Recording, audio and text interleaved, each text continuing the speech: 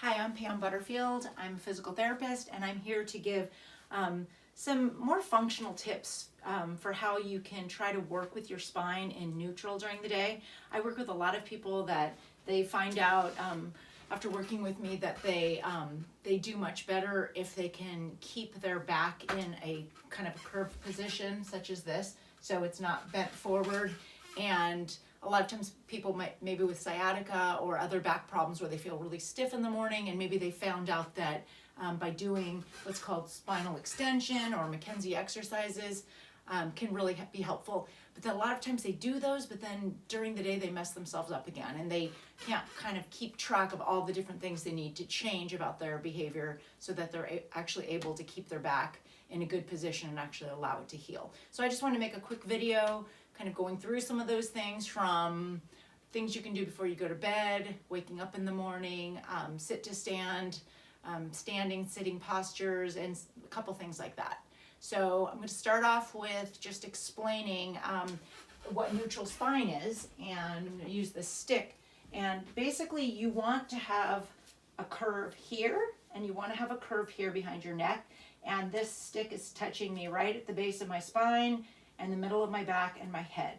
And so when I sit and stand and everything, I want to try to do it keeping that position, and that's really hard to do, especially if you think about every time that you lean forward, whether you're looking at your phone, whether you are eating food at the table, whether you're reading a book, whatever it is. Anytime your head comes forward, your spine kind of gets out of that neutral spine position. So I just kind of wanted to show some things that you can do. So I'm going to start off with what you can do before you go to bed at night is just make sure that your spine, the alignment, the discs, everything are kind of in their right place. That's a good place to start before you go to bed. So I'm just going to show you basically the McKenzie exercises, which is just laying on your stomach and then propped up on your elbows if that feels good. You can just do this for, a few breaths, a minute, whatever, right before you go to bed. If you feel like it, you can even do the full extension exercises. And again, to only do this if you know that this is the right exercise for you. So doing that before you go to bed, and then you can do the same thing in the morning, rolling over on your stomach before you get up out of bed, and again getting the discs all to be in the right position, making sure you have that full extension range of motion in your back before you get out of bed. That's a good place to start the day.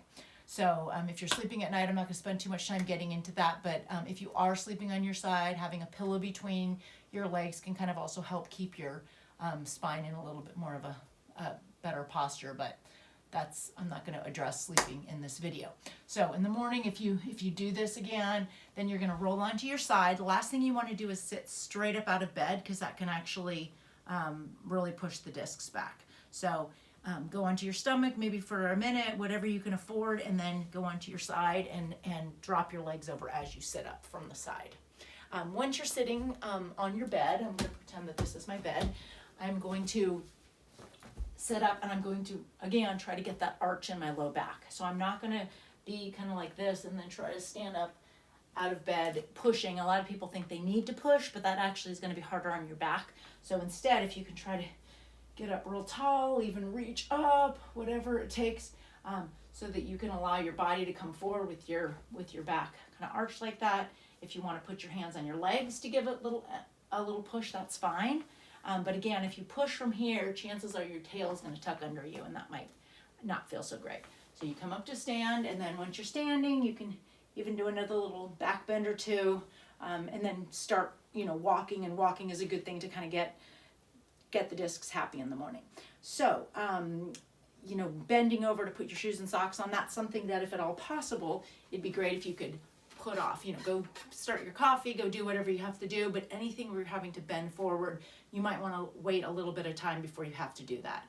Have that be one of the last things you do before you leave the house. And then when you do sit down to, say, put on your shoes or socks, which it would be the easiest thing probably, you'd want to sit on a higher surface if possible. You want your hips to be higher than your knees if possible. So this is just something I use one of these things or a pillow or whatever just to make me a little bit higher, such as at a baseball game on bleachers. That's really good. But if I sit up here, then I can get my leg up on my heel up on my leg, and I can can put my shoes and socks on like that, versus a lot of times people go forward. If you might say, oh, I don't have that kind of range of motion, it might be something worth kind of working on, just so that you're more able to do more function in your hips and not take out, not move excessively at your spine. So those are some things. Just the concept of hip hinging is really important. I showed you with when I had the pole, but just really being able to keep that spinal position as you squat back. If you squat this way, then that ultimately is probably going to make you tuck your tail under. So really understanding and having the ability to bend forward from your hips. When you're standing, just making sure that you're not reaching forward. Again, anytime your shoulders go in front of your hips and your whole alignment, you're going to be putting more strain on your back. So just always be thinking of, whether you're at a standing desk or whatever, or washing dishes or working in the kitchen, every little bit that your head goes forward and that your arms go forward is going to put a load on your back.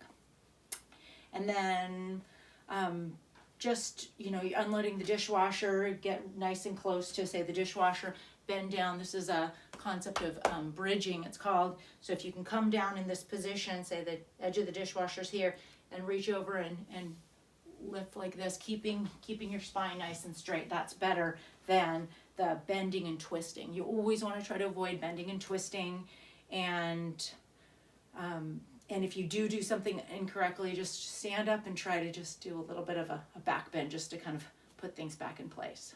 So these are just a few tips. There's tons of them if you think about all the things during your day that make you bend forward and twist and all that. You just try as much as you can while your back is healing to avoid that. And then for the longevity of your back, try to just develop some new habits, kind of incorporating some of these things. Okay?